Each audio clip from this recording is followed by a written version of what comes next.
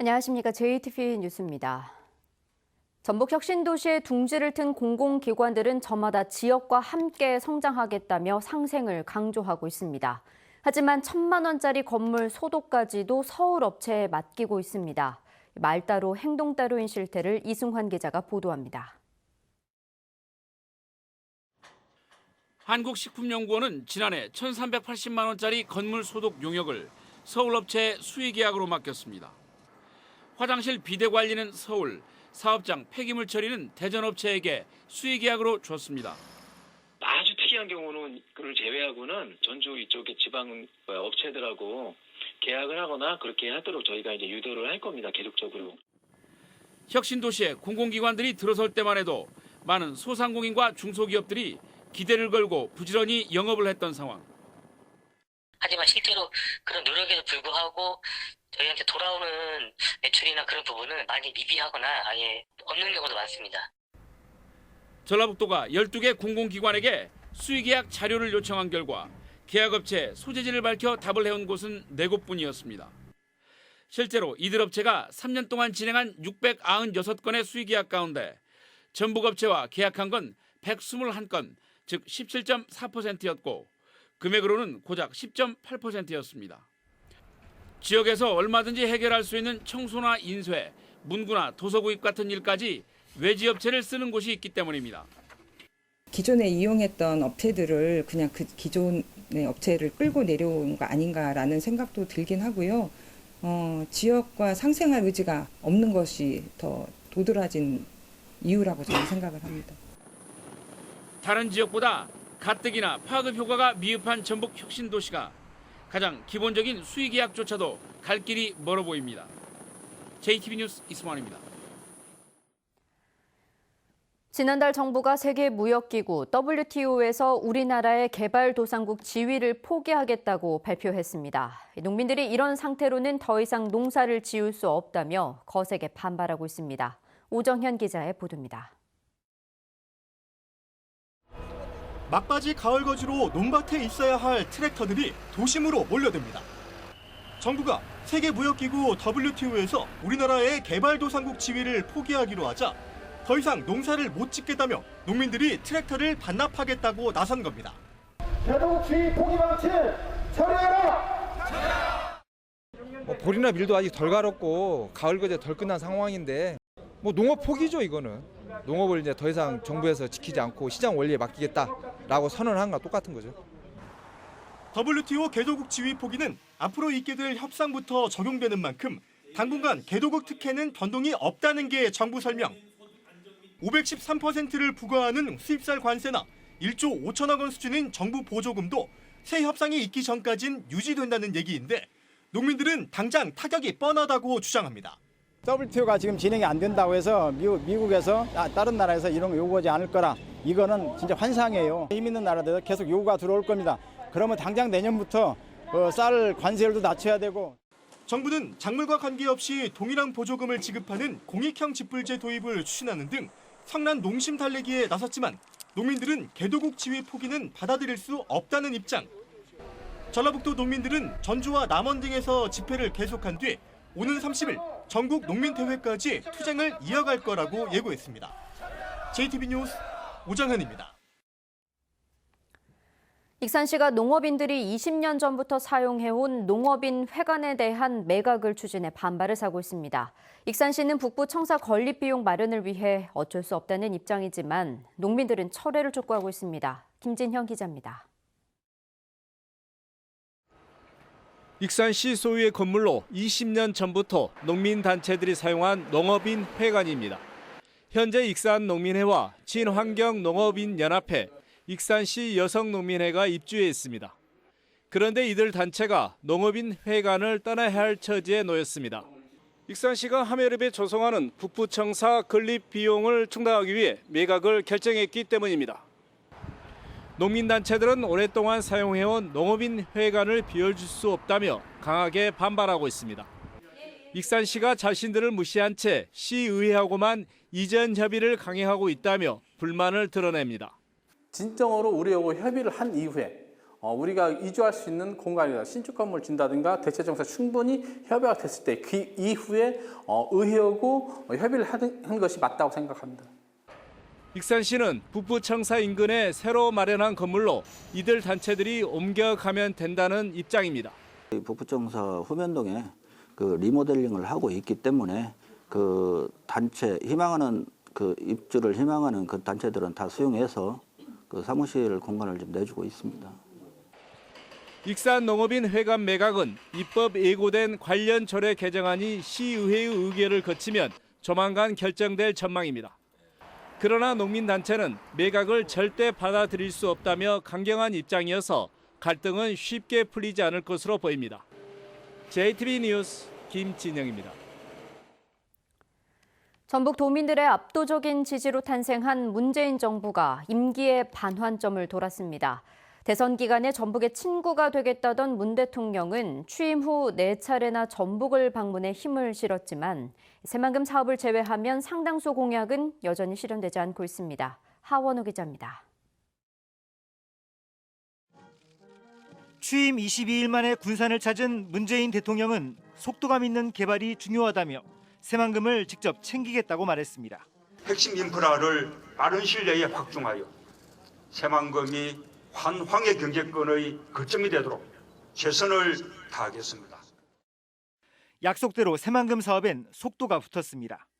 공공주도 매립을 위해 새만금 개발공사가 설립됐고 새만금 국제공항 건설도 예타 면제 대상으로 선정됐습니다.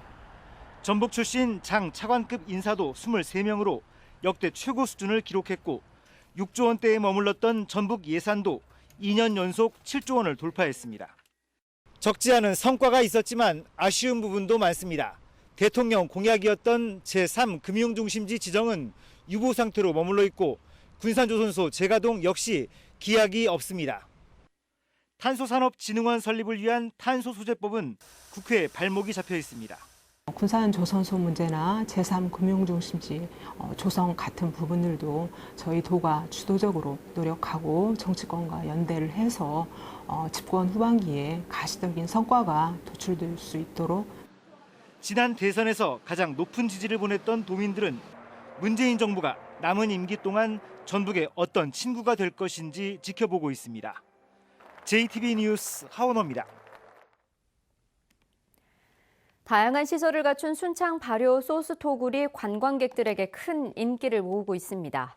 진안군이 아토피 치유 마을 입주자를 모집합니다. 나금동 기자입니다.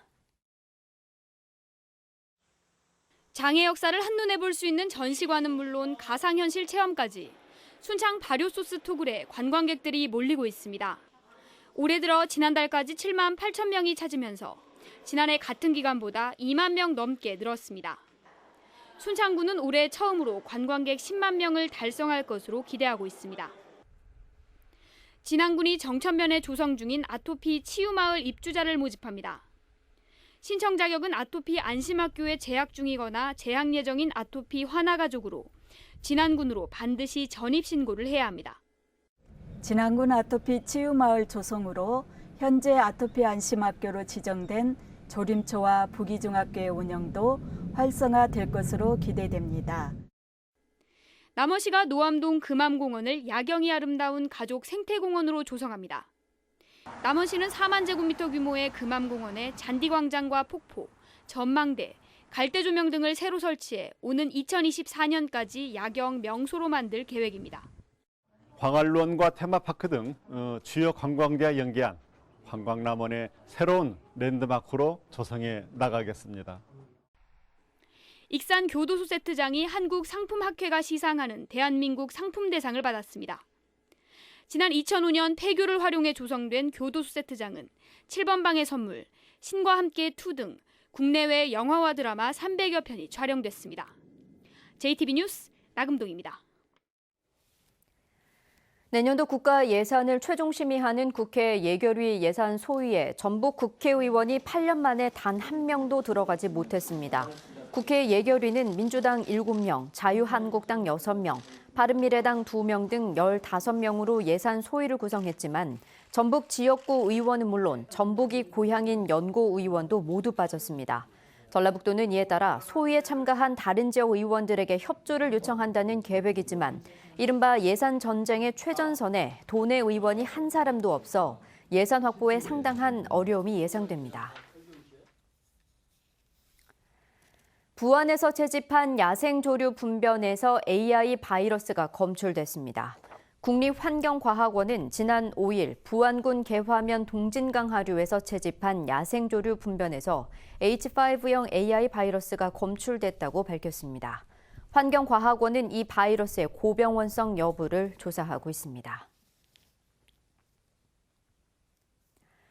집단으로 암 환자가 발생한 익산 장전마을에 대한 환경부 역학조사 최종 발표가 오는 14일 국가무형문화재 통합전수관에서 진행됩니다. 환경부는 지난 2017년 12월 용역조사에 들어간 뒤로 1년 넘게 진행한 장전마을의 환경오염과 주민 건강에 대한 실태조사 발표와 주민 피해 구제 대책 등을 내놓을 전망입니다. 환경부 최종 역학조사 발표는 지난 6월 중간 발표 이후 5달 만입니다. 전라북도가 7조 8,317억 원 규모의 내년도 예산안을 도의회에 제출했습니다. 이는 올해 예산보다 11% 7,700억 원이 증가한 것으로 재정 지출을 늘려 경제 활력을 돕기 위한 것이라고 전라북도는 설명했습니다. 12만여 명의 일자리 창출을 위해 5,700억 원이 투입되고 악취 미세먼지 저감 사업 1,656억 원, 저출산 다문화 등 인구 정책에 7,700억 원이 편성됐습니다. 내년도 전북 예산안은 상임위 심의 등을 거쳐 다음 달 13일에 의결될 예정입니다. 전주시가 송천동 농수산물 도매시장의 도도동 이전 계획을 보류했습니다. 전주시는 농수산물 도매시장 상인과 인근 주민이 각각 매출 감소와 불편을 호소하며 반발해 도도동 이전 계획을 보류했다고 밝혔습니다. 하지만 농수산물 도매시장의 이전은 항공대 도도동 이전에 따른 주민과의 약속 사항이어서 도도동 주민의 반발이 예상되고 있습니다. 전북교육청이 교육 현장에 남아있는 일제 잔재 개선에 나섰습니다. 전북교육청은 애국조회와 훈화, 337 박수처럼 군대나 일제 강점기 때 유래한 교육활동이나 표현을 지향하도록 하고 친일파 인사가 작사 작곡한 교과의 교체를 돕기로 했습니다.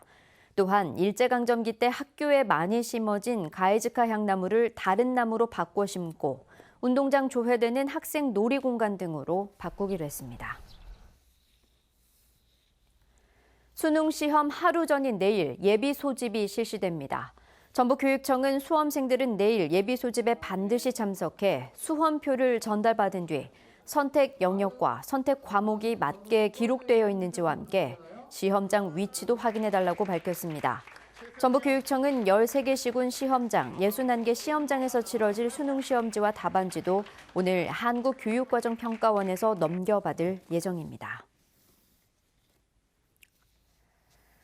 오늘은 맑다가 오후부터 구름이 많겠습니다. 한낮 기온은 전주 17도, 남원 18도, 진안 16도로 어제보다 1, 2도가량 높겠습니다. 미세먼지 농도는 보통 수준이 예상됩니다. 내일은 차차 흐려져 오후부터 밤사이 비가 내리겠습니다. 양은 5mm 안팎으로 많지 않겠고 동부 산지에는 진눈깨비가 내리는 곳도 있겠습니다. 수능일인 모레는 기온이 0도까지 떨어져 수능 한파가 예상되는 가운데 새벽에는 곳에 따라 비나 눈이 오겠습니다.